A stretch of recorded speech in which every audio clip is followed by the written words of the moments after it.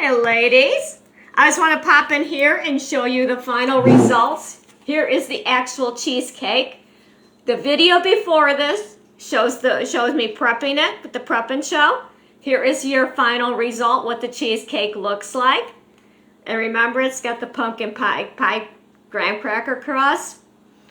And I'm popping in real quick to show you what the cheesecake looks like. And I can hardly wait to eat it now. I'm still waiting. You got to wait 3 hours with it in the refrigerator. And it won't be ready till later tonight. But I can tell you right now, when it comes ready at that time, half of this cheesecake's going to be gone.